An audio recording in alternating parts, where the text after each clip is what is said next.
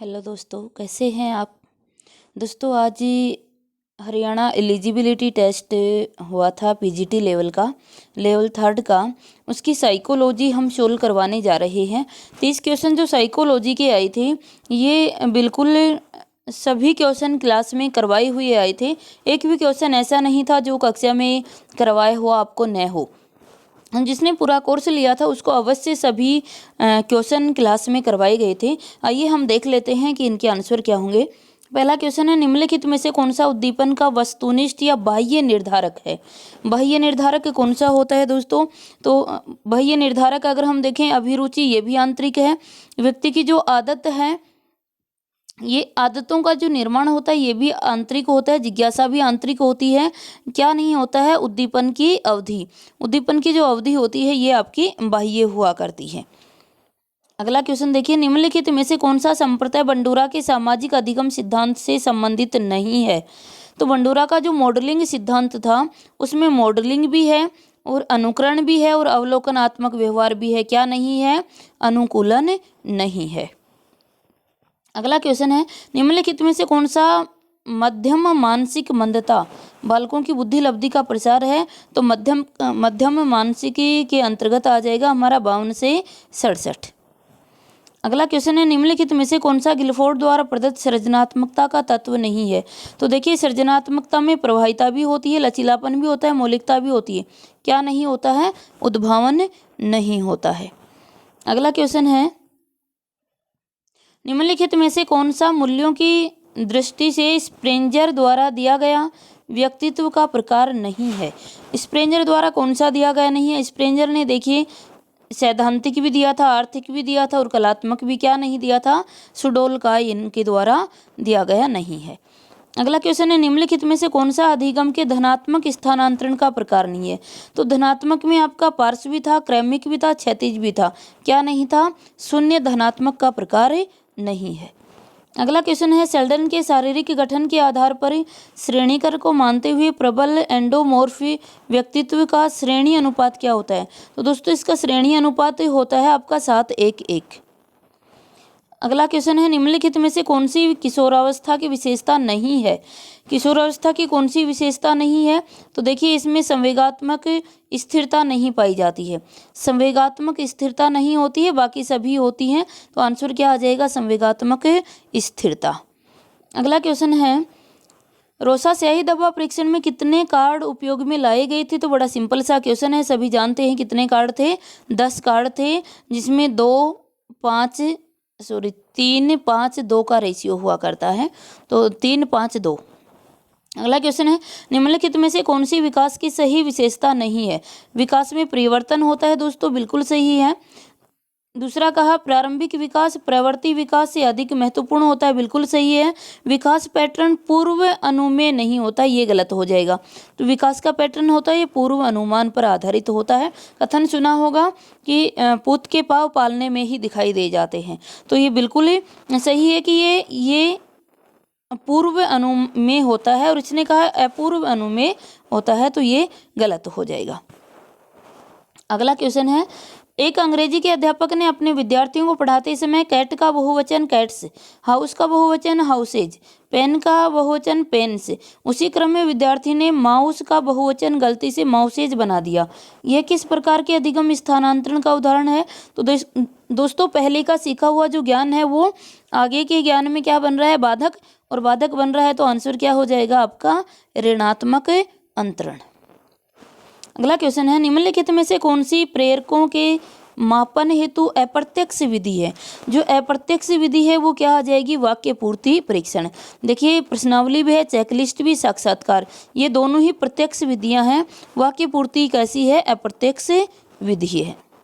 जैसे वाक्य पूर्ति में दे दिया जाता है, आपको एक शब्द दे दिया जाता है काश, और काश शब्द देके आपके से पूछा जाता है, तो आपके विचार निकलकर उससे बाहर आ जाते हैं। तो ये अप्रत्यक्ष रूप से आपके विचारों को मापना होता है। दोस्तों अगला जो क्वेश्चन है हमारे समक्ष, वो क्वेश्चन है, निम्नलिखित में से कौन सा समायोजन का प्रत्यक्ष तरीका है। समायोजन का जो प्रत्यक्ष तरीका है वो कौन सा है? देखिए, दमन, प्रतिगमन, युक्तिकरण। ये प्रत्यक्ष नहीं है। प्रत्यक्ष कौन सा है आपका? आज्ञाकारिता। ये सभी अप्रत्यक्ष हैं और प्रत्यक्ष क्या है आपका? आज्ञाकारिता। अगला क्वेश्चन है, निम्नलिखित में से कौन सी किशोरावस्था की सही विशेषता नहीं है? किशोरावस्था की सही विशेषता नहीं है, देखिए तो इसमें कह रहा है कि किशोरावस्था बाल्यावस्था और वयस्क अवस्था के बीच का प्रवर्ती अवस्था होती है, बिल्कुल सही है। किशोरावस्था में एक अस्पष्ट व्यक्तिक स्थिति होती है, ये भी सही है। किशोरावस्था वयस्क की दहलीज है, ये भी सही है। किशोरावस्था वास्तविकताओं का समय होता है, दोस्तों यही गलत हो जाएगा। यह वास्तविकताओं का समय नहीं होता है, कल्पनाओं का समय होता है।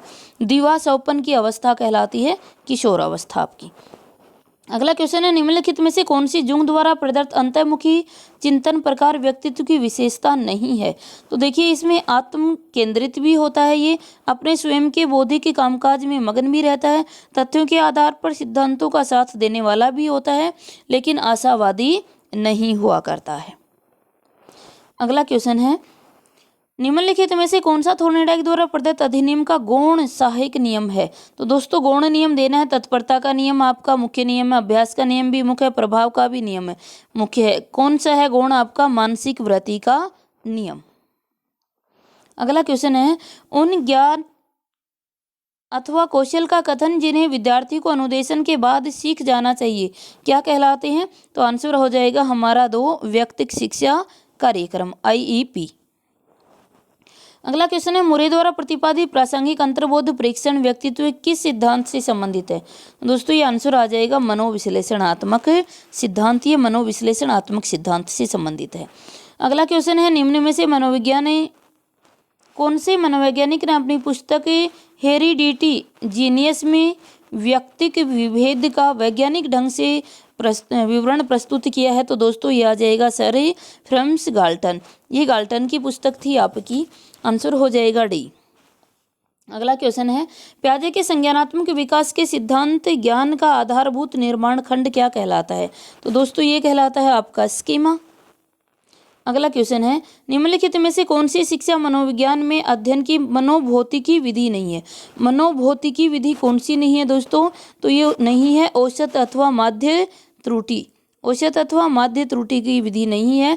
न्यूनतम भी है, स्थिर उद्दीपक भी है और व्यक्तिगत अभिवृत्ति भी है। अगला क्वेश्चन देखिए, निम्नलिखित में से कौन सा अच्छी स्मृति का लक्षण नहीं है? अच्छी स्मृति में तीव्रता भी है, शुद्धता भी है, सही सामग्री का समय पर प्रयोग भी है। क्या नहीं है? औसत धारण। तो यह तीव्र बुद्धि की नहीं है, किसकी है? औसत बुद्धि की विशेषता है। अगला क्वेश्चन है, निम्नलिखित में से कौन सा एडलर द्वारा प्रदत्त व्यक्तित्व विकास हेतु जीवन शैली का प्रकार नहीं है? जीवन शैली का प्रकार कौन सा नहीं है? तो दोस्तों कौन सा नहीं दिया इन्होंने? शासकीय भी है, तिड़की भी है, बचकर निकल भागने वाला भी है, कौन नहीं? आलसी टाइप नहीं है। आंसर हो जाएगा A। अगला क्वेश्चन है, किसने कहा कि मनोविज्ञान जीवित जीव जंतु के बर्ताव का धनात्मक विज्ञान है? तो दोस्तों ये किसके द्वारा कहा गया था? ये कहा गया था मैकडूगल के द्वारा, सर विलियम मैकडूगल। अगला क्वेश्चन है, आत्म संप्रत्यय के आधार क्या होते हैं? तो आत्म संप्रत्यय के आधार दोस्तों दोनों होते हैं, सामाजिक भी होते हैं और शारीरिक भी होते हैं। तो आंसर हो जाएगा आपका 3, उपरोक्त 1 और 2 दोनों सही। अगला क्वेश्चन है, निम्नलिखित में से कौन सी उन्मुखता कोहलबर्ग के द्वारा दिए गए नैतिक विकास सिद्धांत के उत्तर रूढ़िगत स्तर के अंतर्गत आती है? उत्तर रूढ़िगत स्तर के अंतर्गत आ जाती है सामाजिक अनुबंधन।